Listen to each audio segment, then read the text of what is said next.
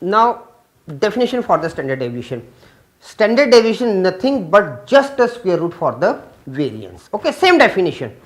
Now we can just write it once again, writing the definition for a variance and a little bit changes. Okay. Now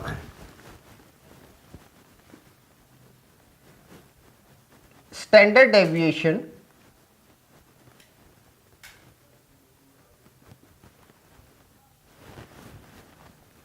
is defined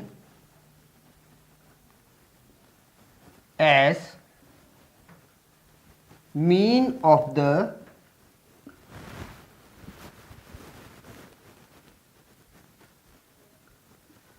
square of deviations from the arithmetic mean same definition for the, whatever we have written for the variance, square of the deviations from the arithmetic mean, and is denoted by, and is denoted by small sigma. Earlier it was sigma square. Okay. So now formula: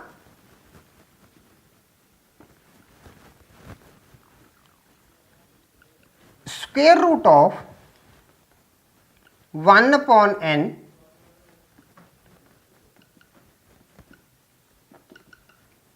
x mean whole square, and for frequency distribution,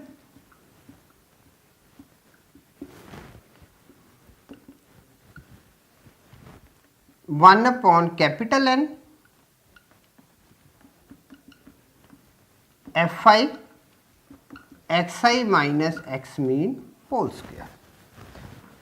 Now what are the changes we have done it? Simple changes we have done it, that is we have just put a square root on the variance.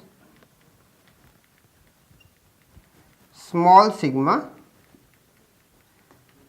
denotes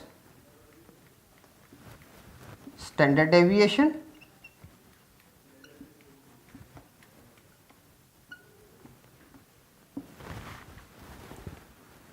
capital N on this side, it is just a summation for the frequencies, and rest x as a variable, small n as a number of terms. So now what I just want to give you a small example. Suppose we have to find the height of the students of your class and we are given that find the variance. Then what is the major difference in it? That height of the students is in the centimeters and variance is in the square centimeters. Is it clear? Variance is in the square centimeters. So two different units are there. For one single answer you can say we are having two different units.